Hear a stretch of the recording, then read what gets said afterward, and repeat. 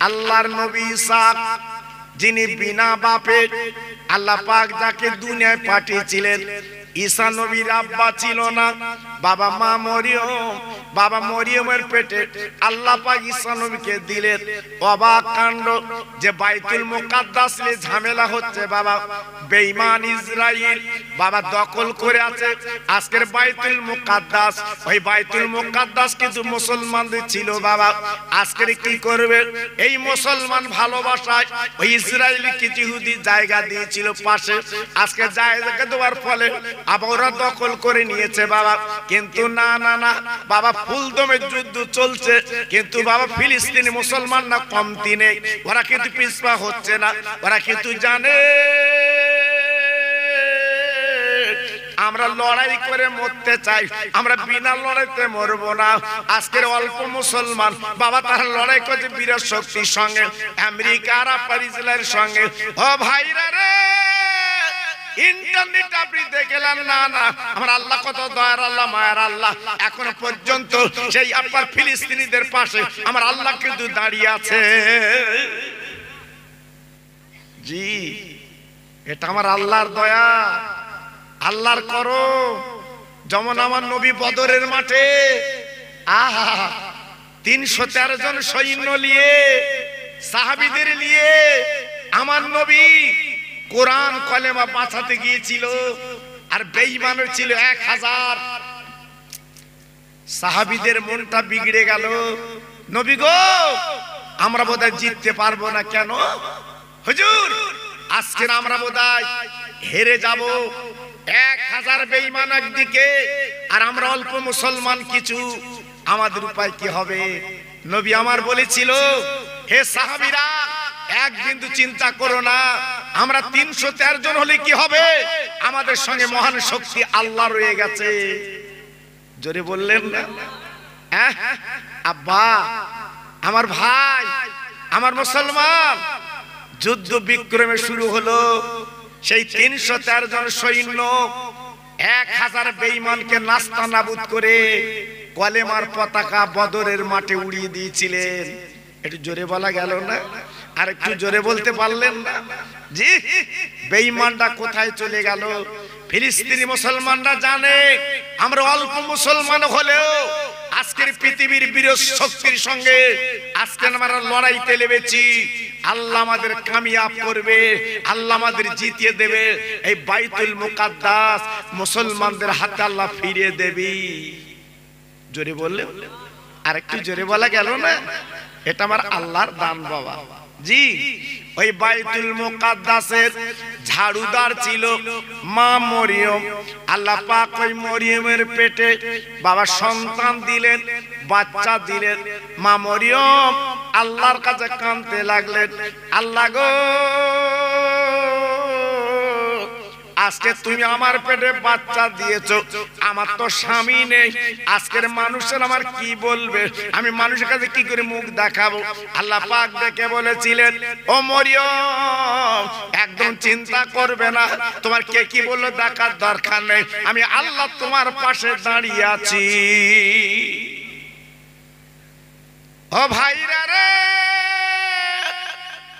মরিয়মের পেটে বাচ্চা যখন বড় হয়ে গেল, আল্লাহ পাক ডাক দিল, মরিয়ম তুমি জঙ্গল বনে চলে যাও, পাহাড়ের খাত করতে চলে যাও, বাচ্চা তুমি প্রসব করবে। হযরত মা মরিয়ম আলাইহিস সালাম এইবারে চলে গেলেন পাহাড়ের গর্তে বাবা।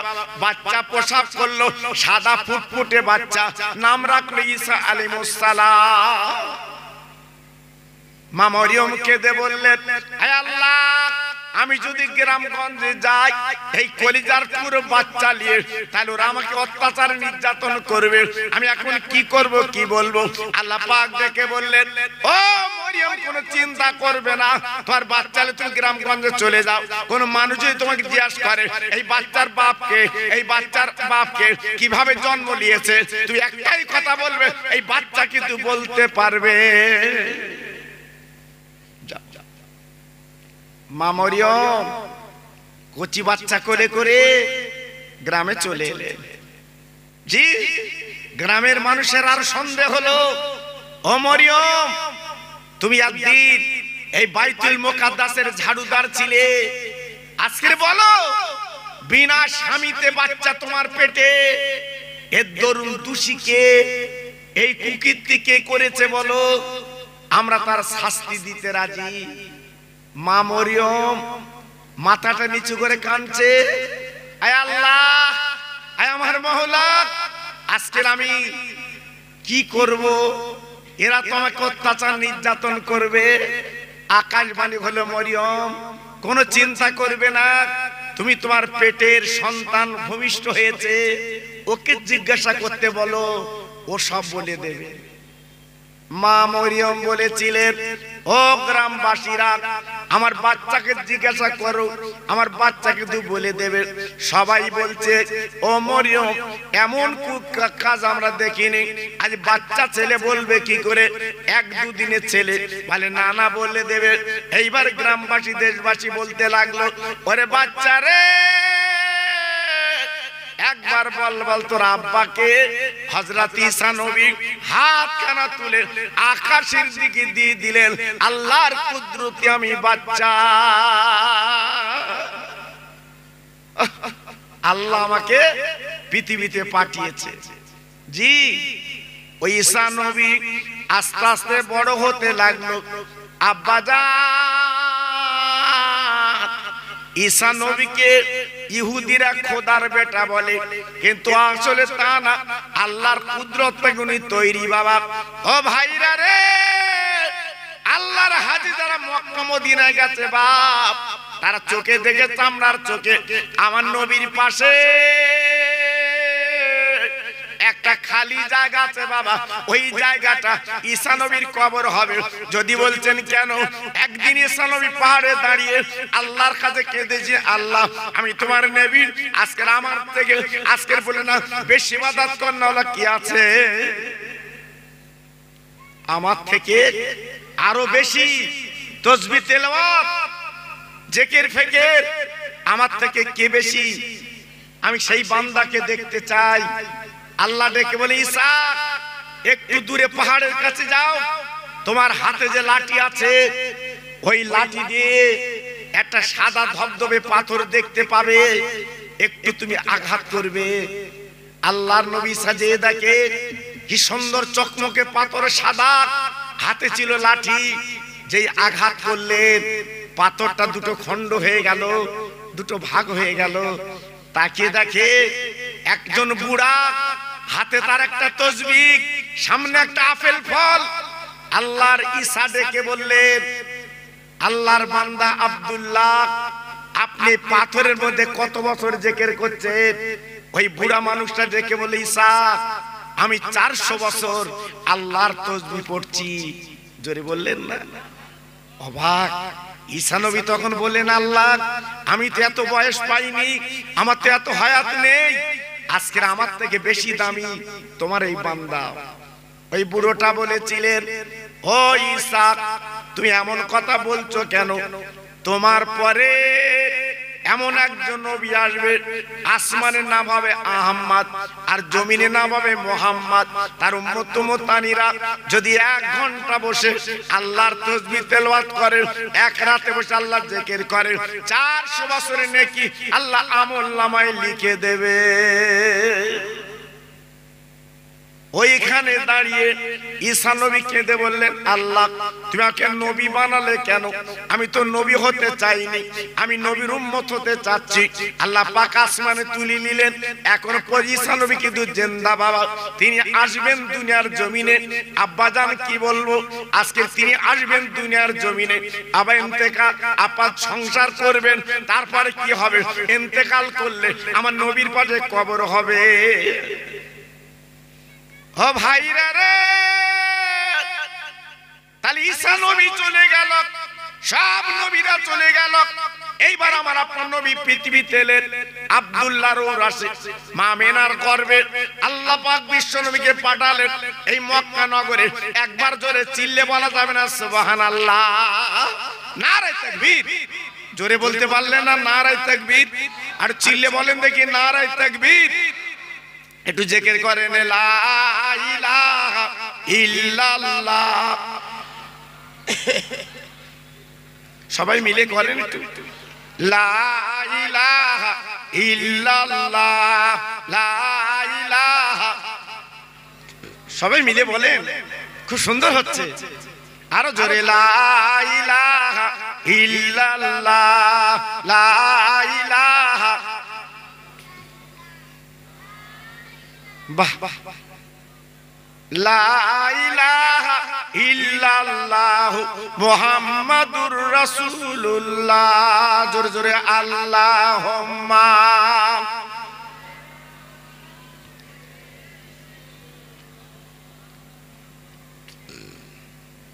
ওয়া আলা আলি,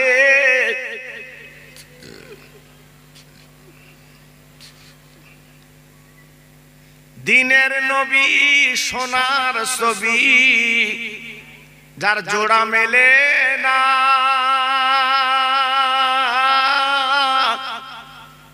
ওই নবীর নামে দরুদ পড়ো যাবে মদিনায়, জোর জোরে আল্লাহুম্মা।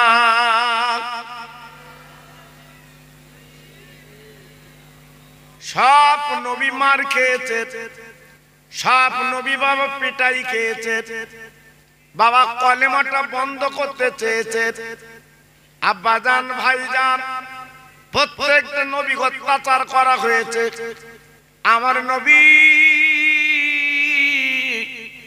বাবা মক্কা শরীফে যখন কলেমার দাওয়াত দিলেন, ওই মক্কার কিছু বেঈমানেরা আমার রাসূলকে কত অত্যাচার করেছিল, আমার রাসূলকে নির্যাতন করেছিল, আমার রাসূলকে ঘর ছেড়ে চলে যেতে হয়েছিল।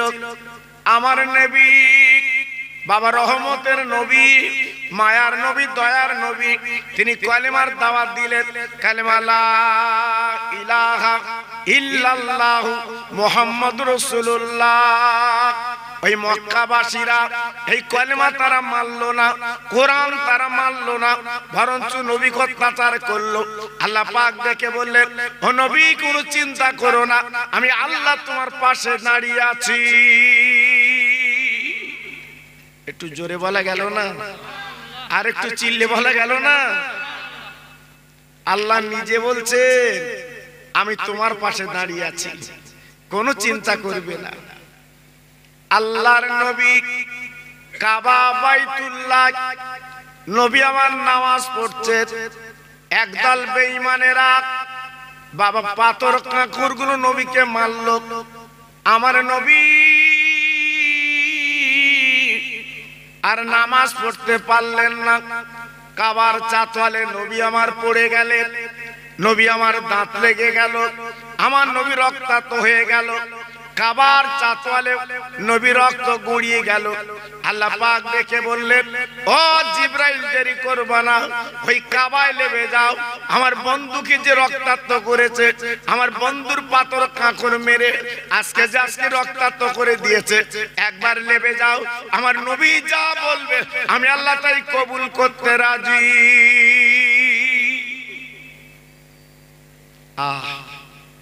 কত বড় নবী, হ্যাঁ, কত বড় আল্লাহর দোস্ত, কত বড় প্যারা নবী। ভাবলেন জি?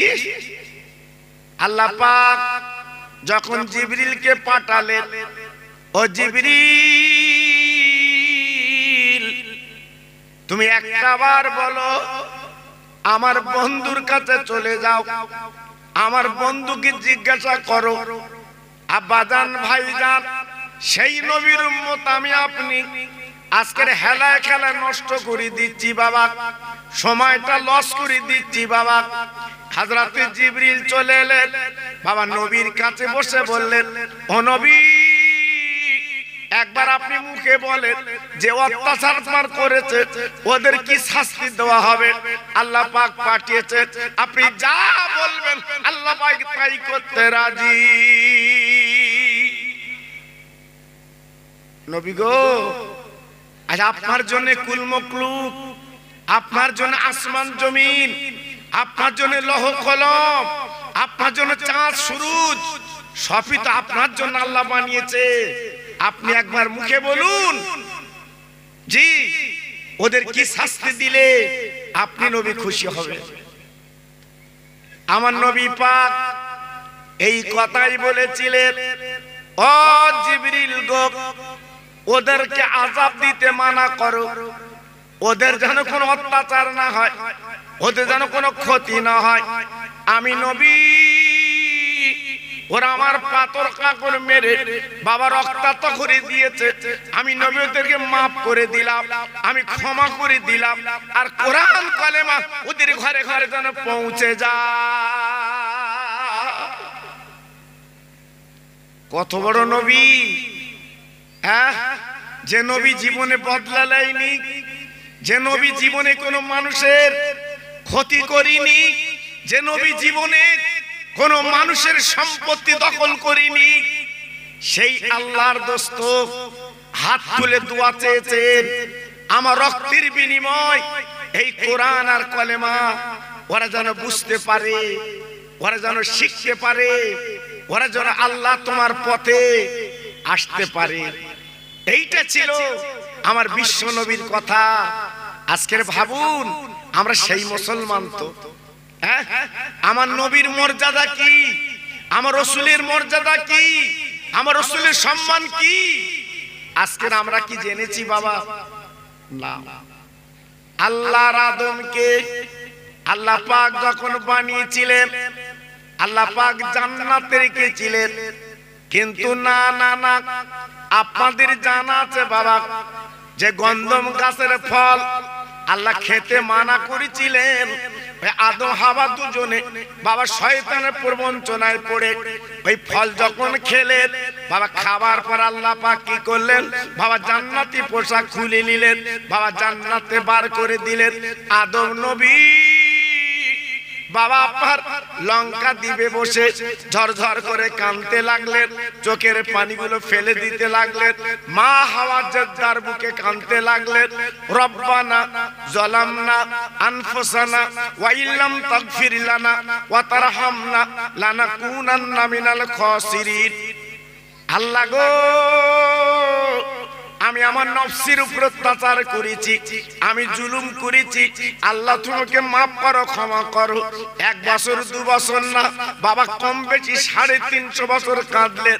আল্লাহ পাক ডেকে বললেন, ও জিবরিল, আমার নবীর কানে কানে বলে দাও, আমার নবীর ক্ষমা করতে রাজি আছি, আমি মাফ করতে রাজি আছি, যদি আমার বন্ধুর নাম একবার যদি আদম পড়ে লাই।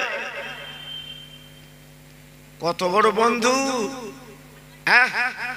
আদম আলাইহিস সালামকে আল্লাহ বানালেন, আদম আলাইহিস সালামকে আল্লাহ তৈরি করলেন। সে আদম 350 বছর কাঁদলো একটা ভুলের জন্য, একটা অপরাধের জন্য, গন্ধম গাছের ফল খাবার জন্য 350 বছর চোখের পানি ফেললেন। আজকে আমরা দৈনিক কত অন্যায়, কত অত্যাচার, কত মিথ্যে, কত বাজে আজকে আমরা কাজ করে চলেছি। তাহলে আমাদের কত কান্নার দরকার ছিল না? আজকের ফুর্তি হচ্ছে, আজকের ফুর্তি করছে।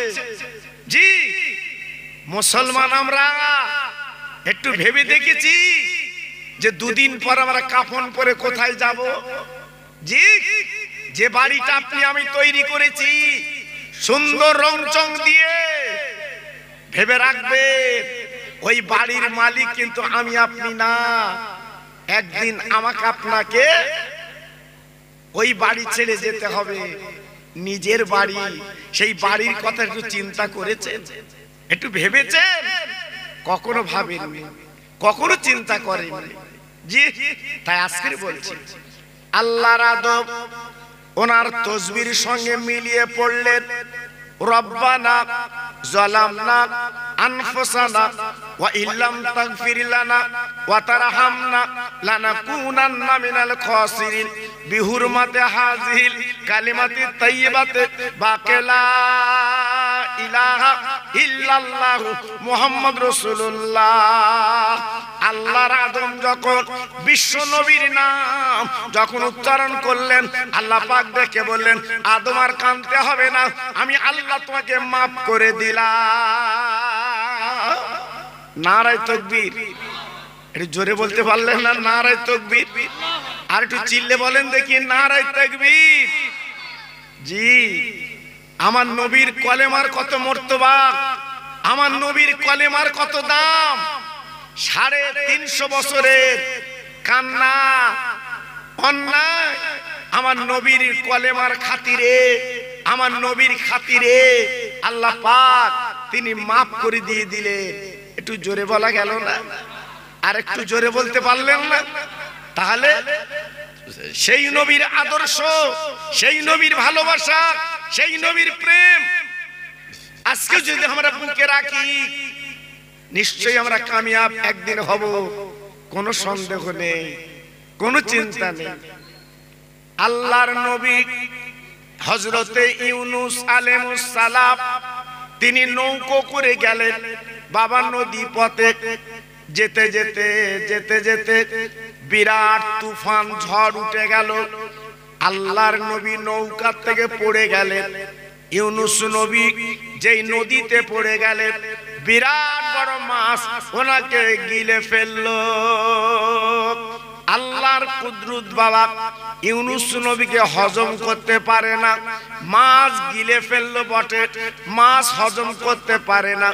1-2 দিন 3 দিন না, 40টা দিন ওই মাছের পেটে নবী পড়তে লাগলেন, লা ইলাহা ইল্লা আনতা সুবহানাকা ইন্নী কুনতু মিনাজ জালিমিন। আল্লাহ আমি জুলুম করেছি, আল্লাহ আমি অন্যায় করেছি, এই বলে ঝরঝর করে কাঁদতে লাগলেন। কিন্তু মাছ তো হজম করতে পারে না। আল্লাহ পাক ডেকে বললেন, ও ইউনূস তুমি দেরি করো না, আমার বন্ধুর নামটা পড়ে নাও, আমার দোস্তের নামটা পড়ে নাও। ইউনূস নবী মাছের পেটে কি করলেন? ওই আপার তাসবিহ সঙ্গে পড়ে নিলেন, আপার লা ইলাহা ইল্লা আনতা সুবহানাকা ইন্নী কুনতু মিনাজ জালিমিন বিহুরমাতে হাযিল কালিমাতি তাইয়্যিবাতি বাকি লা ইলাহা ইল্লাল্লাহু মুহাম্মদ রাসূলুল্লাহ। ও ভাইরা রে, আমার আল্লাহ দেখ বলি ইউনূস আর তোমার কষ্ট নেই, আর তোমার চিন্তা নেই। আমার বন্ধুর নাম যখন পড়েছো, এই পড়ার সঙ্গে সঙ্গে আমার আল্লাহ পাক কি করলেন? ওই মাছকে হুকুম করলেন, বাবা নদীর ধারে ওই মাছটা ইউনূস নবীকে উগরিয়ে দিয়ে চলে যা। নবী ইউনূস তিনি নবীর কলেমার খাতিরে, বিশ্ব নবীর খাতিরে মুক্তি পেয়েছিলেন। জি, আজকে আমরাও তো কলেমা পড়ি, কই আমরা তো মুক্তি পাচ্ছি না। আমরা তো কলেমা পড়ি, আমরা তো রেহাই পাচ্ছি না। জি, তাহলে ইউনূস নবীর কলেমা পড়া, আদম নবীর কলেমা পড়া আর আমাদের কলেমা পড়া এক হচ্ছে না। জি, এক হচ্ছে না। আল্লাহর ইব্রাহিম বেঈমান নমরুদ যখন আগুনের গর্তে ফেললো, বাবা বিরাট আগুন, আগুনে পুড়িয়ে জ্বালিয়ে শেষ করে দেবে, আগুনের মাঝখানে ঝুলিয়ে রাখলো, বাবা আগুনে ফেলে দেবে। আল্লাহর ফেরেশতারা এসে বলেছিলেন, ও ইব্রাহিম আজকের একটু পরে আগুনে তুমি পুড়ে যাবে। ইব্রাহিম গো, একবার মুখে বলো আমি আগুনটা নিভে দেই, আমরা আল্লাহর ফেরেশতা, তোমার কোনো কষ্ট হবে না। ও ভাইরা রে, ইব্রাহিম নবী কি বলেছিল? রে আল্লাহর ফেরেশতারা তোমরা আমার সাত জগতে এলে কেন? আমি যে আল্লাহর বান্দিগি করি, যে আল্লাহর আমি তাসবিহ পড়ি, আল্লাহ আমার অবস্থা দেখতে পাচ্ছে না, তোমাদের সাহায্য আমি নিতে চাই না। আল্লাহ যদি মনে করে আমি ইব্রাহিম নবী পুড়ে সারকার হব, আল্লাহ যদি খুশি হয়, আমি একবার দুবার না, আমি 1000 বার এই আগুনে জ্বলতে রাজি আছি।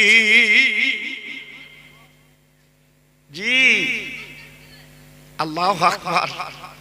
একটু ভাবলেন, একটু চিন্তা করলেন, 41 দিন ইব্রাহিম নবী আগুনে পড়ে ঘুরেছিলেন, আগুনে স্পর্শ করিনি, আগুন ছুঁতে পারিনি। জি, একটা পশম পর্যন্ত পড়াইনি। কেন? আমার আল্লাহ আকাশবাণী করেছিলেন আগুনকে, কুল্লিয়া নারু কুনি বারদাউ ওয়া সালামান আলা ইব্রাহিম, ও আগুন খবরদার আমার নবীকে তুমি পশম পোড়াতে পারবে না। তাই 41 দিন আগুনের গর্তে ঘুরলো, আগুন স্পর্শ করতে পারলো না। কেন পারলো না? কেন পারলো না? আল্লাহ পাক দেখে বলেছিলেন, ও ইব্রাহিম গো, আমার বন্ধুর নামটা একটু পড়ো। ইব্রাহিম নবী কি করলেন? ওই আগুনের গর্তে ঘুরতে লাগলেন আর নবীর কলমা পড়তে লাগলেন, কালেমা লা ইলাহা ইল্লাল্লাহু মুহাম্মদ রাসূলুল্লাহ। ওই কলমা পড়ার দরুন আল্লাহ পাক দেখলেন, ও আমার ইব্রাহিম কোনো চিন্তা করবে না, আগুন তোমার ক্ষতি করতে পারবে না। আগুন তোমার জন্য আমি আল্লাহ ফুলের বাগান বানিয়ে দিলাম। জি, তাহলে আজকের ইব্রাহিম নবীর জন্য আগুন ফুলের বাগান হয়ে গেল, আজকে আমাদের জন্য আগুন পুড়িয়ে ছারখার করে দিচ্ছে। একটু ভাবলেন? তাহলে ইব্রাহিম নবী যে কলেমা পড়েছিল, আমরা যে কলেমা পড়ি, এই কলেমার সঙ্গে মিল হচ্ছে না। জি, তাই বলি বাবা, নাম কি আসতে মুসলমান হলে চলবে না, প্রকৃত মুসলমান হয়ে যান, আল্লাহ আমার আপনার একদিন বরকত দেবে বাবা। তাই বলছি, যারা এদিক ওদিকে উঠে গেছে প্রত্যেকে মাহফিলে চলে আসে, কারণ আমার পরে তো মুজাদ্দিদের আওলাদ আসবে। জি, এ তো মধ্যরাতের মাহফিল, এ তো সারা রাত হবে না বাবা। ঘটকপুকুর বাজারে যেয়ে দেখুন, এখনো লোকজন গিজগিজ করছে। জি, আর এখানে আল্লাহর কালাম হবে, আল্লাহর কোরআন হবে, নবীর কথা হবে, ওলিদের কথা হবে, এইখানে আমাদের বসতে মন চায় না। তাই আজকের আযাব গজব গুলো পুতির মতো আসমান থেকে আমাদের উপরে ঝরছে কেন? আজকের বলুন, এমন কোন বাড়ি নেই শান্তি আছে বাবা, এমন কোন বাড়ি নেই শান্তি আছে না, শান্তি নেই, শান্তি চলে গেছে, শান্তি পাবেন না। কারণ যে বাড়িতে মোবাইলের গান হচ্ছে, ন্যাংটা নাচ হচ্ছে, ওই বাড়িতে আপনি শান্তি আশা করবেন কি করে? জি, এখান থেকে 40 বছর আগে আমরা কি দেখেছি?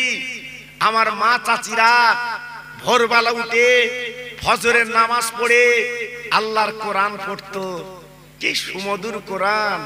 জি, গুনগুন করে কোরআন পড়তো। আহা, আজকের সেই দিনে আপাত বিপদ মুসিবত কম ছিল, এত মুসিবত ছিল না।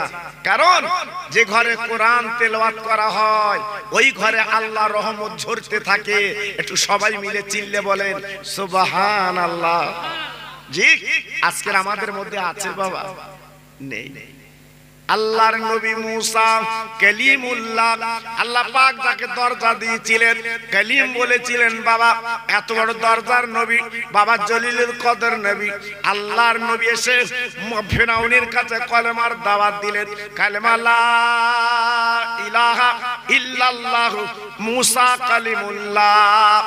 বেঈমান ফেরাউন কলেমা তো পড়লো না, নিজে নিজে খোদার দাবি করলো, আনা রাব্বুকুমুল আলা।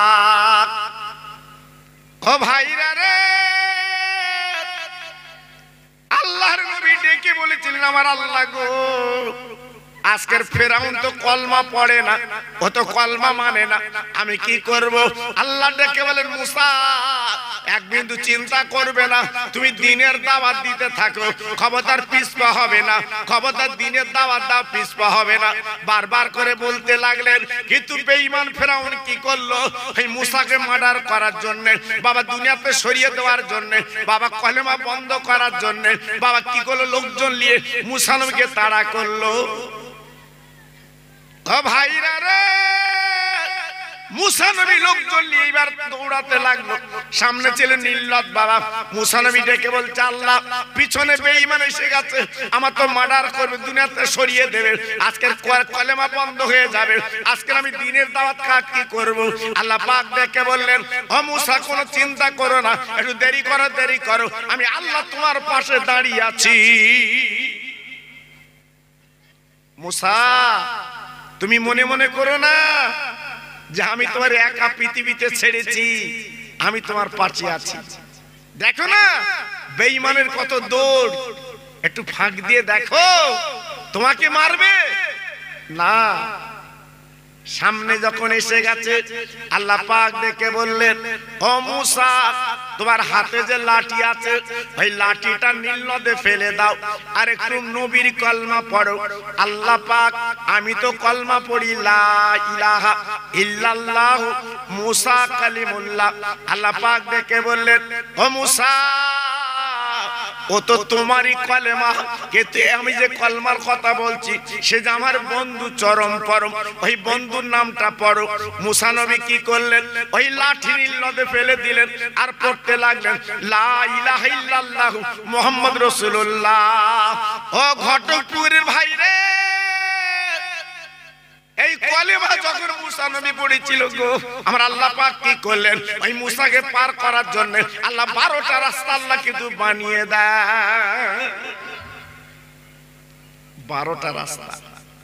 জি, ও মুসা, তুমি পার হও নিশ্চিন্তা নির্দ্বিধায়, তোমার কোনো চিন্তা নেই, তোমার কোনো ভয় নেই, পার হও। আল্লাহর নবী মুসা বাবা নিশ্চিন্তে পার হলো। অবাক লাগলো বাবা, বিনা মিস্ত্রি, বিনা রডে, আপার বিনা সিমেন্টে, বিনা আপার পাথরের আল্লাহ পাক রাস্তা বানিয়ে দিয়েছে। ও ভাইরা রে, সেই আল্লাহ রাব্বুল আলামিন সবকিছু করতে পারেন। এইবার যখন রাস্তা বানিয়ে দিয়েছেন, মুসা নবী লোকজনে পার হয়ে চলে গেল, কিন্তু রাস্তা ভাঙলো না। একবার জোরে চিল্লে বলেন সুবহানাল্লাহ। রাস্তা ভাঙিনি, রাস্তা ভাঙলো না, সুন্দর করে পার হয়ে চলে গেল। আহ, হযরতে মুসা নবী পার হওয়ার পরে আরজু করছে, আল্লাহ আমি কি লাঠি তুলবো? আল্লাহ পাক দেখে বলছে, মুসা একটু অপেক্ষা করো, এখন লাঠি তুমি তুলবা না। আল্লাহর নবী মুসা আলাইহিস সালাম বাবা দাঁড়িয়ে আছে নীল নদ পার হয়ে। বেঈমান ফেরাউন লোকজন নিয়ে নদীর ধারে এসে দেখে সুন্দর 12টা রাস্তা, বেঈমান গটমট করে পার হচ্ছে। যেই মাছ বরাবর গেছে, আল্লাহ পাক বলছে, মুসা এইবার তুমি লাঠিটা তোলো। আহ, আমার কুদরতি আল্লাহ, রহমতের আল্লাহ, কত মেহেরবান আল্লাহ। যেই মুসা নবী লাঠিটা তুলেছে, রাস্তা ভেঙে চুরমার হয়ে গেল। বেঈমান নীল নদে চুবিয়ে চুবিয়ে চুবিয়ে চুবিয়ে জীবনটা চলে গেল। এখনো পর্যন্ত ওই বেঈমানের লাশ মিশরের মিউজিয়ামে রাখা আছে। সারা পৃথিবী ইন্টারনেটে দেখছে বেঈমানের লাশ। কিয়ামতের ময়দানে ওকে জিন্দা করে জাহান্নামে ফেলে দেওয়া হবে। জি, আল্লাহর সঙ্গে বাদরামু করলে, আল্লাহর সঙ্গে বেয়াদবি করলে, আল্লাহর সঙ্গে নাফরমানি করলে এই দুনিয়ার জমিনে আল্লাহ পাক তার দেখিয়ে দেবে ফলটাই রূপ। মুসা নবী বেঁচে গেল, ফেরাউন বাঁচলো না। জি, আজকের ভাবুন, আমার ঘটকপুকুরের তরুণ, আমার যুবক, আমার ভাই, আমার বাবাজি, এই দুনিয়ার জমিনে বেশি লাফালাফি দাবাদাবি করতে যাবেন না। এখনো ফিরে আসুন, এখনো রাস্তা আছে।